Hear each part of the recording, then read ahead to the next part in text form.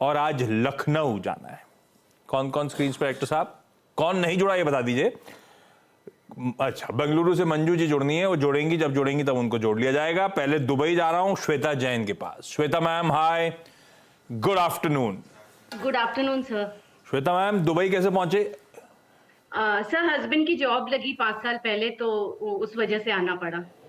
ये दुबई के इस वीकेंड पे विजुअल्स देख रहा था, पता नहीं सही है कि नहीं, बाढ़ वैसा पानी, इतना पानी आएगा दुबई में? हाँ सर, यहाँ पर कभी बारिश होती है नहीं है ना, तो इस बार पहली बार ज्यादा हो गई तो संभाल नहीं पाए। इतनी तो अपने इंडिया में आधे घंटे में ही हो जाती है। वो बेचारे मुंबई के इंफ्रास्ट्रक्चर गाली देते रहते हैं, इतनी बारिश होती है तो कहां से इंफ्रास्ट्रक्चर संभाले। और दुबई की हालत बहुत खराब थी, विजुअल डराने वाले थे एक्चुअली। ओके श्वेता मैम, तो आप हस्बैंड वहां पे जॉब कर रहे हो और आप इंडियन मार्केट्स को एक्टिवली ट्रैक कर रहे हो घर बैठ के, ऐसा? सर एक्टिवली ट्रैक नहीं कर रही सर, 1 महीने से स्टार्ट किया है आपका चैनल देख देख के, आपको सुन सुन के थोड़ा इंटरेस्ट जागा है। ये तो आप डायलॉग मार रहे हो। नहीं नहीं, रियली सर, आपको हाँ। का तरीका जिस तरीके से आप बताते हैं तो थोड़ा इंटरेस्ट मुझे जागा। अभी तक क्या कर रही थी सर, शादी के 10 साल हुए तब तक जो भी सेविंग हुआ मैं एफडी में डाल रही थी। फिर लोग यहाँ पर जब लोगों से मुलाकात हुई, उन्होंने कहा कि शेयर्स में इंटरेस्ट जाहिर करो। तब से आपका चैनल देखा।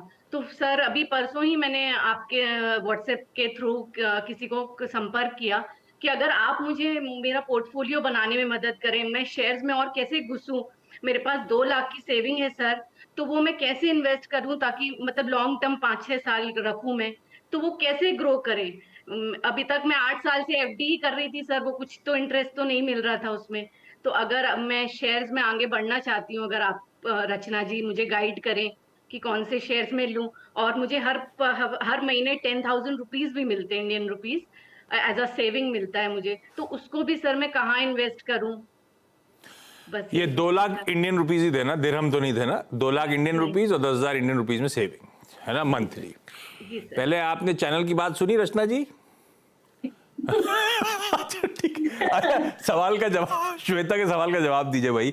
2 लाख शेयर मार्केट में एफडी से ज्यादा बेहतर रिटर्न्स मिल सकते हैं। हाँ, रिस्क एसोसिएटेड है, उस बात अलग। तो थोड़ा सा रिस्क मिटिगेट करते हुए कौन से स्टॉक्स हैं जो एक होम मेकर को, जिसमें पैसा लगाया जा सकता है, और अगर वो एसआईपी करूं मैं, हर महीने के 10,000 भी चैनलाइज कर दूं, तो कहां पे कन्विक्शन बन रहा है? कुछ आपके प्रिफर्ड पिक्स जो थोड़े से रिस्क अवर्स बिहेवियर वाले लोगों के लिए। जी, पहली बात तो ये है कि इनको अगर नए सिरे से बिल्कुल शुरू करने जा रहे हैं तो 2 चीजें कर सकते हैं। एक तो ये कि ये खुद ही एक एनालिसिस वगैरह को सीखने की ट्राई करे, समझने की ट्राई करे, और अपने हिसाब से फिर अपनी एनालिसिस के बेस्ड नाम चूज करते जाए और उसमें पैसे लगाते जाए। दूसरा तरीका ये है कि आप किसी सभी रजिस्टर्ड रिसर्च एनालिस्ट वगैरह जो होते हैं उनके ओपिनियंस ले, उनकी सर्विसेज को सब्सक्राइब करें और उस हिसाब से आप अपना एक धीरे धीरे करके पोर्टफोलियो बनाते जाए, वहां से लॉन्ग टर्म पिक्स लेके।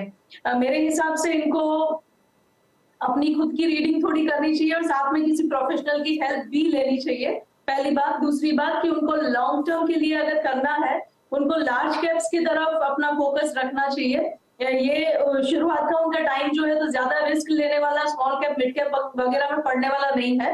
और दूसरी बात, आने वाले टाइम में large caps are expected to outperform, तो इसलिए बड़ी नामांकित कंपनियां जो है, निफ्टी 50 की जो कंपनीज है उनको स्टडी करें। उनमें से जो लीडर्स है उनमें अलग अलग सेक्टर्स में से एक एक लीडर को चूज करें। जैसे आईटी में से अगर इन्फोसिस चूज कर लिया, या एचसीएल टेक चूज कर लिया, टीसीएस चूज कर लिया। अगर ऑयल एंड गैस की बात करें तो रिलायंस है। उसी तरीके से एक सेफर नेम रखना चाहे तो एफएमसीजी सेक्टर में से यूनिलीवर, एशियन पेंट्स वगैरह को चूज कर सकते हैं। उस तरीके से अलग अलग सेक्टर्स की जो लीडर है only from the large cap, उस पर फोकस करें। और जहां जहां मार्केट में डिप्स आते जाए वहां पे उसमें या तो खुद इन्वेस्ट करते जाए, या तो जैसे वो करना चाहते हैं एसआईपी करते जाए किसी ऐसे म्यूचुअल फंड वगैरह में जो इन लार्ज कैप्स पे फोकस करते हैं और फ्रंटलाइन कंपनीज में, ब्लू चिप्स में इन्वेस्ट करते हैं। भाई थोड़ा सा अपना भी पढ़ाई शुरू करें, चाहें तो प्रोफेशनल की हेल्प सीख करें। लार्ज कैप से फोकस करना और उसमें भी सेक्टर लीडर्स को चुन लेने का है। तो बेसिकली निफ्टी 50 के बियॉन्ड जाने की जरूरत है ही नहीं। कुछ स्टॉक्स रचना ने बातचीत में मेंशन कर दिए, इससे ज्यादा खुलासा कर नहीं रही हैं वो। आईटी में कोई इन्फोसिस, ऑयल एंड गैस में कोई रिलायंस, एफएमसीजी में कोई HUL, इस पेडिग्री के स्टॉक्स में आप पैसा डालें। इसी पेडिग्री स्टॉक्स में चाहे तो आगे SIPs करें, या फिर SIP करना है तो किसी लार्ज कैप म्यूचुअल फंड में SIP की शुरुआत कर दीजिए। 10,000 करोड़ रुपए हर महीने के वहीं सीधे सीधे चैनलाइज होते चले जाएंगे।